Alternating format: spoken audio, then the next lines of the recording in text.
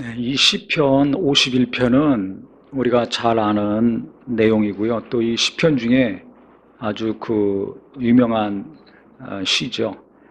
이 내용이 아주 구구절절히 간절함이 있습니다.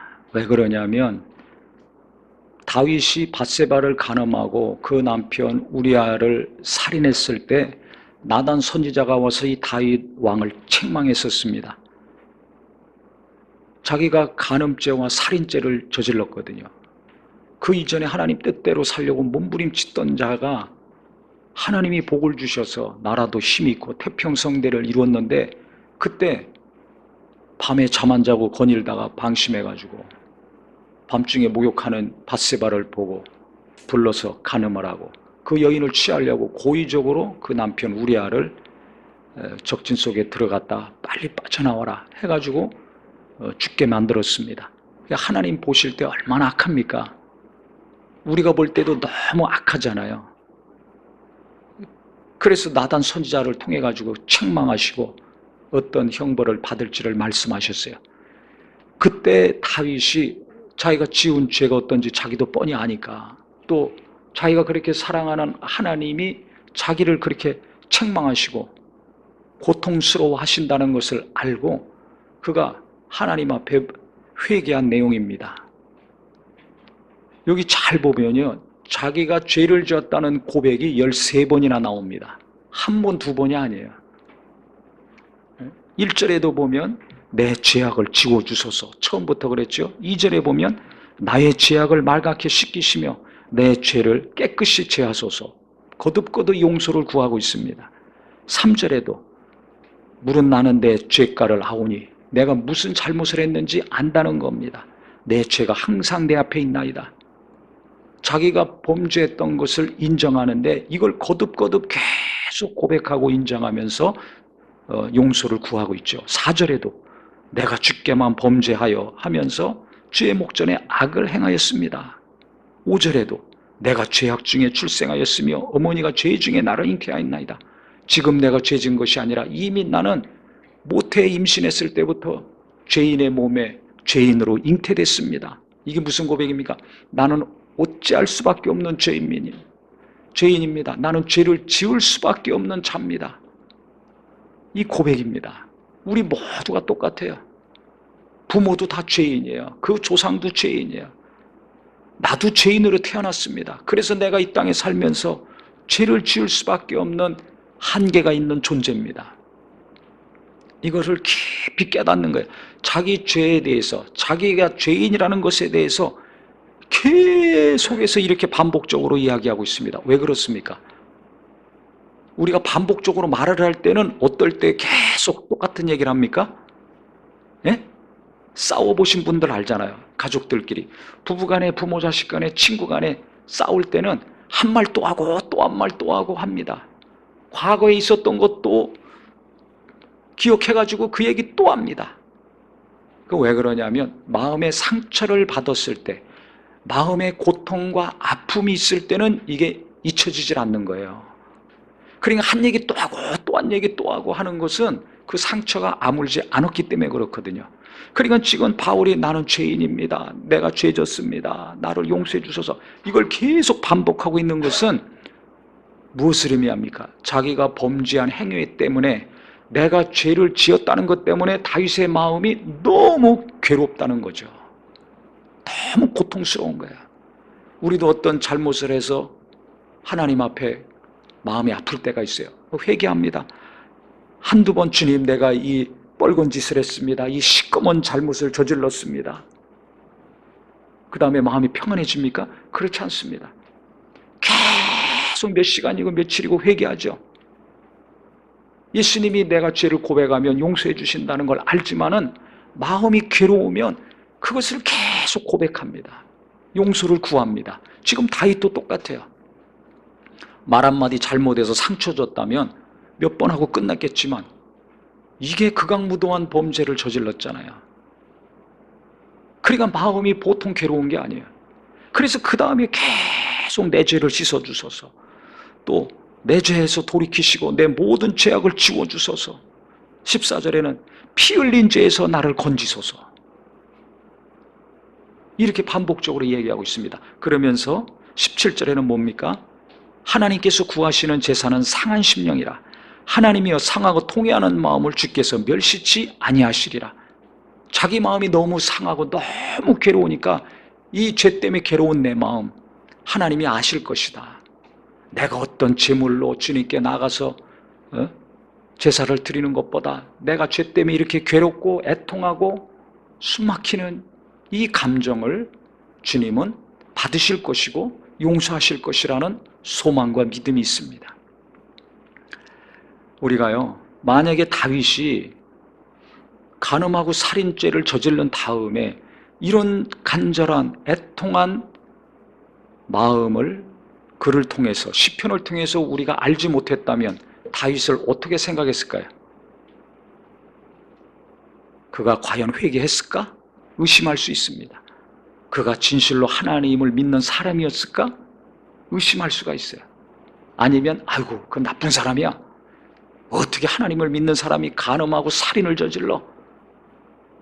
시험 들어서 믿음에서 떠날 수도 있고 계속 그 사람을 비난할 수도 있습니다. 그런데 그렇게 할 수 없는 것은 왜 그렇습니까? 오늘 보셨다시피 그가 하나님 앞에 연약해서 범죄했지만 그가 지은 죄 때문에 얼마나 괴로워했는가, 얼마나 고통스러워했는가 우리가 그가 기록한 글을 통해서 알 수 있어요. 그의 마음을 알 수가 있습니다. 이런 글이 없었다면 몰라요. 그러면 내 생각대로 각자의 생각대로 판단할 수가 있지만 마음을 아는 거예요. 다윗이 진짜 회개했구나. 죄 때문에 진짜 괴로워했구나. 너무 하나님을 사랑하는 사람이었구나. 하나님이 그 애통하게 간절하게 용서를 구하고 자기가 지은 죄를 인정하는 그것을 보시고서 그를 용서하셨구나 하는 것을 우리가 알 수가 있습니다. 그가 연약할 때 하나님 앞에 자기 마음을 고백하고 표현하는 것이 시편에 얼마나 많이 있습니까? 그래서 시편을 통해서 다윗이 어떤 믿음을 가졌는 사람이었는가, 그가 우겨싸임을 당할 때 어떻게 하나님을 의지했는가, 또 자기가 잘못했을 때 어떻게 용서를 구했는가 너무 상세하게 알기 때문에 우리가 그를 이해하고 그가 정말 훌륭한 믿음이 있었구나. 그래서 역대 왕들을 하나님은 다윗과 비교하면서 평가하셨구나. 왜 이스라엘 사람들이 지금도 다윗을 위대한 왕으로 여기는지를 알게 되는 거죠. 이스라엘 국기의 그 별 표시가 그 다윗의 왕이라는 다윗을 의미합니다. 그만큼 그 영향이 큽니다. 그래서 이 성경을 가만히 보면요, 깨닫게 되는 것이 내 감정을 말하지 않으면, 글로 표현하지 않으면 모르는구나. 이걸 깨닫게 됩니다. 바꿔 말하면 내가 하나님께도 그렇고 내 사랑하는 사람, 가족이나 이웃이나 친구들이죠. 이 관계에서 내가 잘못했을 때, 내가 상처 줬을 때, 내가 실망을 줬을 때, 아니면 오해가 생겼을 때 어떻게 될 것인가? 다윗이 하나님 앞에 자기의 고통과 아픔을 그대로 자세하게 전달한 것처럼 우리도 하나님 앞에도 그렇고 사람과의 관계에 있어도 그렇고 내 생각과 감정을 자세하게 말하고 표현하는 지혜가 있으면 좋겠습니다. 지난주에 묻는 기도와 대인관계에 대해서 설교했는데요, 우리가 사람과의 관계가 이미 형성이 되어 있습니다. 가족관계는 태어나면서 형성이 되어 있는 거예요. 교회 다니면서 교인들과의 관계, 학교 가면 학생들, 선생님, 선배, 후배와의 관계, 직장에 가면 직장의 한 사무실에 있는 사람들과의 관계가 내가 들어가면서부터 형성이 됐습니다. 그러면 내가 그 사람들과의 관계가 좋아야 됩니다. 그럼 어떻게 해야 될 것인가? 내 마음을 잘 전달해야 돼요. 일만 열심히 한다고 관계 좋습니까? 안 그렇습니다. 해보셔서 알잖아요. 신앙생활 열심히 한다고 사람들과의 관계 좋아집니까? 그렇지 않습니다. 내가 열심히 하니까 알아주겠지. 알아주는 사람도 있지만 내가 표현하지 않으면 모릅니다. 한 예로 결혼해서 그렇게 수십 년 살았지만 아내의 마음을 남편이 다 알까요? 모릅니다. 남편의 마음을 아내가 알까요? 몰라요. 그러니까 같이 누워있지만 벽 보고 한숨 쉬고 천장 보고 한숨이 나옵니다. 같이 살지만 아내의 눈에서 뜨거운 눈물이 나오고 남편의 눈에서 뜨거운 눈물이 나오는데 왜 저러나 갱년기인가? 그러고 넘어갑니다. 몰라요. 자녀들이 괴로워가지고 문 닫아놓고 하루 종일 컴퓨터 쳐다보고 게임만 하는데 부모는 열만 부글부글 끓지요. 제가 왜 저러나? 왜 열이 부글부글 끓습니까? 자녀들의 마음을 모르는 거예요. 어느 날 노란 물, 빨간 물들이 파란 물 들여서 염색하고 와. 배꼽을 내놓고 등짝을 드러내는 옷을 입고 다녀.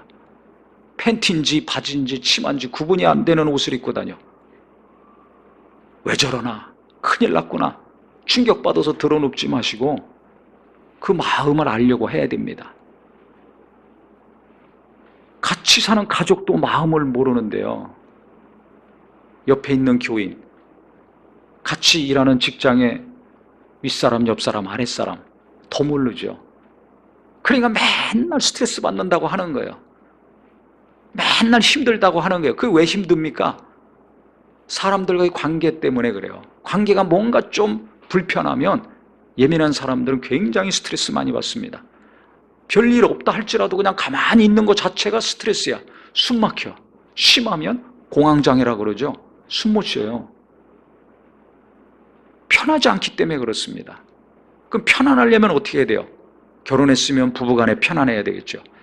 자식을 낳아서 키우면 부모 자식 간에 평안해야 되고 교회 다니면 교인들과 평안해야 되는데 그러려면 오늘 다윗이 자기가 잘못했을 때 하나님한테 자기 감정 표현을 한두 마디로 끝내지 않고 이렇게 구구절절히 자세하게 표현한 것처럼 우리가 하나님께 뿐만 아니라 사람과의 관계에서도 내 감정을 있는 그대로 자세히 얘기하는 거 이게 너무 중요합니다. 제가요 목회를 오래 하다가 큰 교회에서만 하다가 이제 개척을 했잖아요. 개척교회를 해봤어야죠. 개척교회 해본 경험이 없어요. 그러니까 무슨 일이 있냐면 모든 게 다 새로운 겁니다. 모든 게 다 처음 해보는 겁니다. 그러니까 그 이전에 했던 많은 경험들이 도움이 되는 것도 있지만 전혀 뭐 도움이 안 되는 경우도 있습니다. 왜 처음 해보는 거니까. 그래서 이제 이걸 어떻게 해야 되나 많은 고민을 하고 생각을 하는데요. 제 아내하고 있다가 어디를 가는데요. 운전하고 있는데 그 문제 그것은 이렇게 하고 저렇게 하면 된다고. 이 사람은 목회 해본 경험이 하나도 없는 거예요. 그런데도 입에서 줄줄줄줄 나옵니다. 제가 그때 감정이 지금까지 살면서 그런 감정을 처음 느꼈는데 너무 서글퍼지는 거야. 왜 그러냐? 아니 목회는 수십 년 내가 해왔는데 나는 모르겠는데 아니 이 사람 목회 해보지도 않았는데 어떻게 줄줄줄줄줄 이렇게 해야 된다 저렇게 해야 된다 이렇게 하면 된다. 아니 그 생각이 아이디어가 계속 나오는가. 거기서 좌절, 낙심, 절망 뭘지 어떻게 될지 잘 몰라가지고 낙심하고 좌절하고 절망하고 있는 상태였는데 아니 옆에서 해결이 막 줄줄줄 나오니까 그 낙심과 좌절과 절망이 더 깊어지는 거예요. 기뻐지는 것이 아니라 이게 더 깊어지더라고요. 그래서 저도 모르게 갑자기 제 눈에서 눈물이 나와요. 아니 그게 눈물 나올 일입니까? 아니잖아요. 저도 깜짝 놀래고 더 놀란 건 제 아내가 놀란 거예요. 왜? 지금까지 살면서 그런 걸 보질 못했으니까. 깜짝 놀라는 거예요. 아니 그런 얘기 나오면 대부분 남자들의 반응은 당신이 알면 뭘 알아? 내가 더 전문가인데. 큰 소리 치죠. 아내가 무슨 조언을 할 때 남편들이 큰 소리 많이 칩니다. 왜 그래요? 상처가 되기 때문에 그래요. 자녀들하고 대화할 때 애들이 반발하죠. 왜 그래요? 상처가 되기 때문에 그렇습니다. 근데 이걸 몰라요. 왜? 내 말이 맞아. 당신은 내 말 들어야 돼. 내 말이 맞아. 너는 내 말 들어야 돼. 이게 딱 입력이 돼 있으니까 그게 강하니까 상대방의 감정을 헤아리지 못합니다. 그렇기 때문에 반발이 일어나고 화내면 감정적으로 또 얘기하죠. 그러니까 부딪히는 거예요. 부부간에, 부모 자식 간에, 친구들 간에, 성도들 간에 부딪힙니다. 왜 그래요? 감정이 상하니까 감정적인 말이 나오고, 그러니까 상대방은 또 감정이 상해서 서로 부딪히는 거죠. 그러면 그 다음부터 대화가 안 되고 말 안 하고 안 보려고 합니다. 그러니까 누군가 나를 피해 말 안 하려고 그래. 그러면 나 때문에 상처받은 거예요. 그거 아셔야 되고, 그 다음에 말할 때마다 서로 계속 부딪힌다. 그러면 내가 말하는 게 상대방의 마음을 상하게 하는구나. 이걸 깨달아야 됩니다. 이걸 빨리 깨달을수록 내가 사람들과의 관계에서 행복해지고 평안해집니다. 갈등이 줄어듭니다. 그런데 그걸 모르면 내 말이 맞는데 왜 내 말 안 듣지? 기도 열심히 하면서 주님 남편을 변화시켜 주시고 자식을 변화시켜 주시고 부모를 변화시켜 주세요. 기도 열심히 하면서 한마디 하면 상처받는 말만 계속한다면, 억양과 오투가 너는 잘못된 거야. 당신은 잘못된 거야. 그러니까 이렇게 해야 돼. 벌써 판단하고 정죄하는 마음과 생각이 내게 있잖아요. 그것이 말로, 억양으로 한마디 할 때 그것이 그 상대방에게 전달이 됩니다. 내 마음과 생각이 그대로 전달이 되는 거예요. 그러니까 맞는 말이에요. 근데 상처가 돼. 틀린 말이 아니야. 정답이야. 근데 기분 나빠. 듣기 싫어. 왜 그렇습니까? 당신은 잘못됐어. 정죄하고 있잖아요. 내 안에서 너는 틀렸어. 정죄하고 있잖아요. 그러니까 상대방은 아무리 내가 좋은 말 해도 상처받습니다. 그게 좋은 말이 안 나오죠. 대부분 맞는 말 하면 기분 나빠요. 그러니까 화내거든요. 당신이 사업을 알면 뭘 알아? 당신이 사업을 해봤어? 그 큰 소리 치고 나가죠. 그 상처받아서 그래요. 아니 내가 벌어다 주는 것 같고 애 키우고 살림하는 게 뭐가 힘들어? 내가 더 힘들지.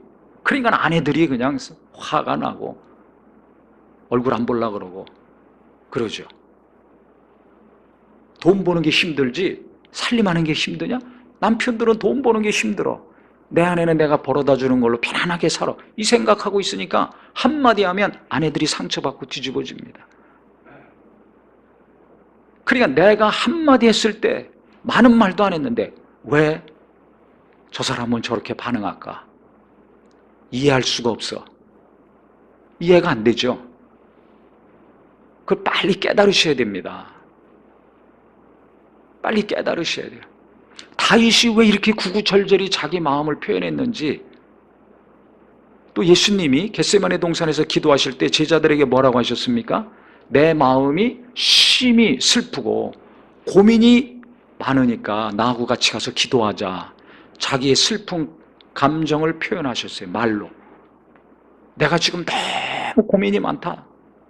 말씀하셨어요. 근데 제자들은 그게 이해가 안 돼요. 그러니까 피곤해서 잤죠. 주님은 같이 기도하기를 원하셨습니다. 한 번도 아니고 두 번 말씀하셨지만 제자들은 몰랐어요. 우리가 그렇지 않는가? 내 마음이 아프다고 애들이 행동하는데 부모가 그걸 몰라. 남편이 괴로워가지고 상처받아서 큰 소리 치는데 아내가 그걸 몰라. 아내가 하루 종일 집에서 애들 키우고 남편 기다리고 있는 그 마음이 어떤지 남편이 알아줬으면 좋겠는데 남편은 자기만 알아. 자기가 힘쓴 거, 고생한 것만 알고 내 마음을 몰라줘. 목사님이 우리 마음을 좀 알아줘야 되겠는데 왜 자꾸 저렇게만 하는가? 또 교인들이 목사의 마음을 좀 알아줘야 될 텐데 왜 저렇게 이기적인가? 표현하지 않으면 모릅니다. 이해가 안 가. 왜 이 사람이 이래? 왜 저 사람은 저래? 이해가 안 가죠? 그럼 이해하려고 노력하셔야 돼요. 그게 뭡니까? 질문 잘해야 됩니다. 하나님께 묻는 기도에 대해서 우리가 한 달 동안 했는데요. 오늘은요. 사람과의 관계에서 질문 잘하셔야 돼요. 이해가 안 가. 왜 저러지? 계속 그렇게 몇십 년 계속 살 겁니까? 그렇게 신앙생활 할 겁니까? 당장 가까이 있는 사람들 이해를 잘해야 앞으로 만날 사람들도 내가 이해를 잘하면서 좋은 관계 이루어가면서 행복하게 살죠. 지금 이미 형성된 관계에도 내가 이해가 안 되고 계속 상처받고 주면서 갈등을 유발하며 산다면 앞으로의 만남이 이루어지는 사람들과의 관계도 거의 비슷합니다. 그럼 어떻게 그것을 줄여가고 이해를 잘 할 수 있을까요? 질문 잘해야 됩니다. 들으려고 해야 됩니다. 왜 질문을 합니까? 떠보려고 하는 것이 아니라 그 마음에 무엇이 들어있는지를 들으려는 자세를 가지고 질문하셔야 돼요. 제가 제 아내와 대화 가운데 갑자기 눈물이 나왔어요. 그 깜짝 놀라서 묻죠. 왜 그러냐? 그때 제가 자존심이 세가지고 말을 안 했다면 그냥 넘어간 거죠. 남자들이 보통 자존심 셉니다. 그래서 자기 아내한테도 교인들 간에도 목장 모임 이런 거 할 때 자기 안에 있는 낙심, 좌절, 슬픔, 괴로운 거 말 안 합니다. 대부분이 그래요. 그러면 관계 좋아지지 않습니다. 신앙적으로 성숙하기 어렵습니다. 잘 들으세요. 말할 수 있어야 됩니다. 하나님 앞에도 마찬가지예요. 자존심 내세우면서 막 맨날 했던 기도만 하지 마시고 실제 자기 감정 있는 그대로 고백을 하세요. 사람과의 관계도 마찬가지입니다.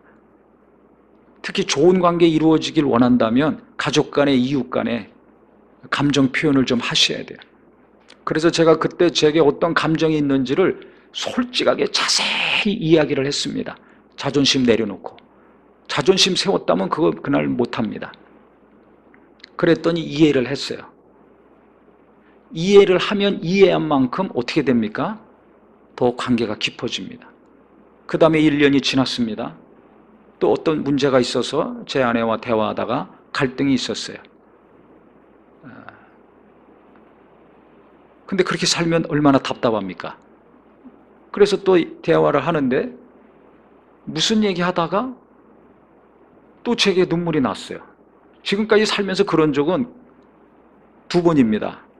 첫 번은 운전하고 가다. 2번째는 바로 지금 말씀드리는 바로 그때예요. 그게 작년이었는데요. 작년 6월에 대화를 하면서 제가 갑자기 눈물이 났어요. 왜 그런가? 그때는 제가 목회자로서 변해야 될 것, 온전해야 될 것을 제 아내가 계속 몇 년 동안 이야기했습니다. 개척하니까 그 다음부터는 이게 너무 남편의 약점이 뭔지 고쳐야 될 게 뭔지가 확 들어오잖아요. 그전에는 같이 일을 안 했으니까 몰라요. 근데 같이 있으니까 뻔히 아는 거죠. 그러니까 기도 많이 하면서 계속 조언을 합니다. 이건 이렇게 해야 되고 이렇게 해야 되고 계속 얘기하는데 그것이 계속 쌓이다 보니까 제가 보통 그런 일이 없는데 하도 그러니까 제가 주눅이 들었나 봐요. 쉽게 말하면 기가 좀 죽은 거죠. 이런 얘기하면 거의 안 믿고 웃고 막 그러시는데 제가 보통 센 사람이 아니잖아요. 근데 그게 저도 모르는데 제 아내는 그게 맞는 얘기거든요. 그게 맞아. 목사로서 당연히 그렇게 살아야지. 그렇게 해야지. 근데 안 되는 게 있어요. 노력하지만은 굉장히 노력하지만 안 되는 게 있어요. 그걸 계속 얘기하야 하는 거죠. 그러니까 계속 몇 년 동안 듣다 보니까 내가 노력하는데 내가 힘쓰고 있는데 계속 얘기하네. 그러니까 그게 상처가 되는 거죠. 좌절이 되고. 그러니까 이게 쌓이다 보니까 그날 그게 터진 거예요. 그래서 당신이 계속 그렇게 얘기할 때 그게 맞는 얘기다. 나도 한다. 나도 노력하고 있다. 그런데 내가 완전히 그건 되지 않는다. 그래서 그런 얘기를 계속 했을 때 제 감정이 어떤지, 어떻게 받아들이는지 그것을 자세하게 제가 이야기를 해줬습니다. 그랬더니 제 아내가 깜짝 놀라면서 저를 더 이해하게 됐습니다. 그러니까 관계는 더 깊어지고 친밀해지는 거죠. 아내들이 남편이 조금 변할 때 그거 인정해주고 또 지혜롭게 조언을 해야 되는데 당신 아직 멀었어. 더 변화돼야 돼. 이런 식으로 얘기하면 남편 변화되다가 다시 거꾸로 갑니다. 그래서 우리 교인들이 제발 아내들이 남편을 어떻게 대해야 될지 외부 강사 초청해서 세미나 좀 해달라고 몇 년 전부터 저한테 요청해요. 남편들이 변화되고 아내가 변화되고 부모가 변화된 거 자식도 알고 배우자들이 아는데 남편들이 좀 변화가 더디거든요. 그 아내들은 그걸 못 참는 거예요. 그러니까 계속 바가지 긁든지 쪼든지 찔러대는 거죠. 그러면 괴롭습니다. 근데 남편들이 그런 거 얘기합니까? 소리 지르고 그냥 나가버리죠. 화를 내는 거예요. 화내면 상처받은 거예요. 근데 아내들은 자기가 상처 줬다고 생각 안 해요. 맞는 말 했다고 생각하지. 자식한테도 똑같아요. 내가 맞는 말 하는데 왜 저러는가? 그러니까 변화가 안 돼요. 내가 바뀌어야 됩니다. 내가 마음을 헤아리려고 해야 됩니다. 그러려면 질문하고 말을 잘 좀 들을 수 있어야 돼요. 또 소리 지르거나 감정적으로 대화하지 마시고 감정을 좀 빼고 흥분하지 말고 변명하려고 하지 말고 따지려고 하지 말고 있는 그대로의 마음을 들으려고 하셔야 됩니다. 이번에 반대로 저는 제 아내를 잘 안다고 생각했어요. 그런데요, 제 아내가 저를 아주 화나게 할 때가 있습니다. 그건 어디냐면 어디 가면은 사진을 안 찍어요. 몇 번씩 사정사정해야 찍습니다. 그러니 본인은 찍겠습니까? 아니, 보통 연세 드신 분들도 식당 가면 찍고 어디 가면 찍고 가는 데마다 찍잖아요. 안 찍어요. 사진을 안 찍어. 핸드폰에 사진 찍는 그 앨범 나는 다 비어 있습니다. 한두 개 있나? 그 이해가 안 되죠. 저는 얼마 전까지도 그걸 몰랐어요. 이해가 안 돼.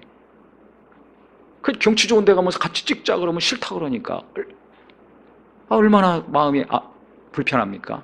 화가 나기도 하고. 근데 더 충격적인 것은요, 앨범 어려서부터 찍은 사진을 다 버렸어요. 이사 갈 때.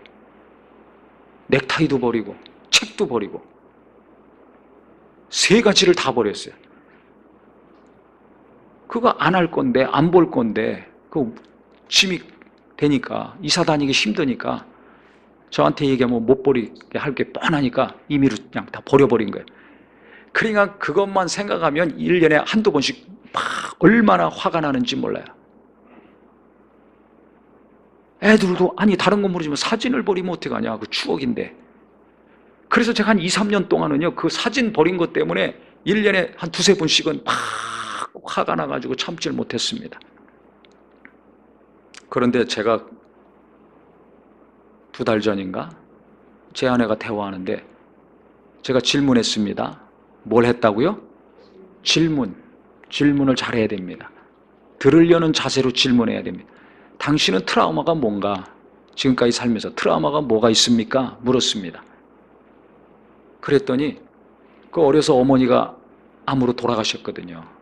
근데 예수 안 믿고 돌아가셨어요. 참고 인내하고 헌신적으로 고생만 하다가 가셨기 때문에 그 상처가 있는 거예요. 딸로서. 이게 오래갑니다. 거기다 예수도 안 믿고 가셨지. 얼마나 괴롭겠어요. 그래서 제 아내는 하는 말이 과거를 추억하는 건 너무 큰 고통이라는 거예요. 사진을 왜 찍고 왜 봅니까? 추억하는 거 아닙니까? 찍고 나서 가서 보려고 하는 거 아니에요. 아, 내가 이렇게 자랐구나. 아, 이때 이런 일이 있었지. 아, 이때 여기 갔지. 이거 먹었지. 그래서 다들 과거를 추억하면서 좋아하는 거 아닙니까? 그래서 사진 찍고 모아놓는 건데 이 사람은 과거를 생각하는 게 끔찍해. 뭔가 자꾸 그게 생각이 남는 게 너무 고통스러운 거예요. 그래서 사진을 안 찍고 사진 싫어해요. 그 얘기를 하더라고요. 그래서 영화도요, 액션만 좋아해요. 왜? 액션은 딱 영화 본 다음에 남는 게 없다는 거예요. 다른 것은 생각이 자꾸 나잖아요. 뭐 멜로 영화라든지 뭐 로맨스 이런 거. 너무 싫어. 그 여자들이 그 연애하는 영화들, 드라마들 좋아하잖아요. 딱 질색이에요. 왜? 자꾸 생각나니까. 액션은 그냥 치고받고 때려부시고 끝. 남는 게 하나도 없어. 그래서 그것도 제가 이해했어요. 왜 이 사람은 영화를 액션 영화만 좋아해, 여자가. 그것도 참하고 순진한 사람이 아니 좋은 다른 거 이런 거 좀 보지 왜 그걸만 그렇게 좋아하나. 제가 이해를 못했습니다. 근데 왜 액션 영화를 좋아하는지, 왜 사진 찍는 거를 싫어했는지, 왜 앨범을 버렸는지, 과거를 추억하는 것이 고통이다. 이것을 제가 들었을 때 이해가 됐습니다. 32년 넘어서 이해가 됐어요. 그때 그 질문과 답이 왔기 때문에 이해를 돼서 지금은 앨범을 버린 것이 화가 나고 사진 안 찍는 것이 화가 나는 것이 아니라 그 마음을 몰라주고 살았다는 것 때문에 제 마음이 도리어 아프고 미안했죠. 만약에 그런 대화가 없었다면, 몰랐다면 죽는 날까지 사진 버린 것 때문에 저는 화를 내고 야단을 쳤을 것이고 어디 가든지 사진 안 찍는다고 또 화를 내면서 뭐라고 했을 겁니다. 우리가 계속 함께하는 사람들 이해가 안 되고 화가 나죠. 마음을 몰라서 그래요. 아픔을 몰라서 그래요. 그러면서 제가 깨달은 게 있습니다. 아, 이거 말하지 않으면 모르는구나. 아무리 잘해주고 아무리 기도하고 아무리 사랑한다 할지라도 표현하지 않으면 모르는구나. 이걸 깨달았습니다. 그래서 우리가 이미 형성된 관계에 가족이나 이웃이나 친구나 이 교인들과의 관계에서요 좀 친해져야 되지 않습니까? 앞으로 살기 갈수록 어려워지는데 어디서 우리가 위로받고 평안해집니까? 사람과의 관계 좋아야 평안하고 위로받습니다. 그러려면 질문 잘 하시고요. 마음을 알려고 더 이해하려고 서로 노력했으면 좋겠습니다. 이해시키려는 노력을 해야 되고 이해하려는 노력을 해야 됩니다.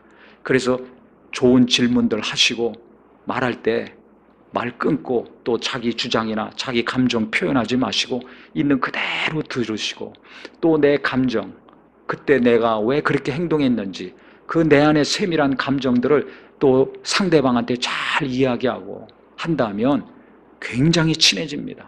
저는 제 아내와 개척한 이후에 같이 목회하면서 일하면서 성도님들 섬기면서 많은 갈등과 부딪힘이 있었는데 이런 과정을 통해서 더 친해졌어요. 굉장히 친해졌어요. 그래서 진짜 친밀해졌는데요. 오늘 말씀드린 이 세 가지 사건을 통해 가지고요. 최근 1, 2년 사이에 그 관계가 더 깊어졌습니다. 더 긴밀해졌습니다. 그래서 지금은 거의 부딪히는 게 없고 큰 소리 치는 게 거의 없어요. 그래서 어느 날 제 아내가 깜짝 놀랐습니다. 내가 어떻게 이렇게 살고 있는가? 당신이 어떻게 이렇게 반응하고 살고 있는가? 그런 날이 오더라고요. 왜 그렇습니까? 관계가 친해지니까. 어떻게 친해집니까? 내 속마음을 이야기했을 때, 들어줬을 때 이해가 됐고 이해가 되니까 상처를 받지 않고 상처 안 받으니까 화낼 일이 없어요. 실망할 일이 없어요. 도리어 위로해주고 격려해주고 기도해주고 함께해주는 동반자가 됩니다.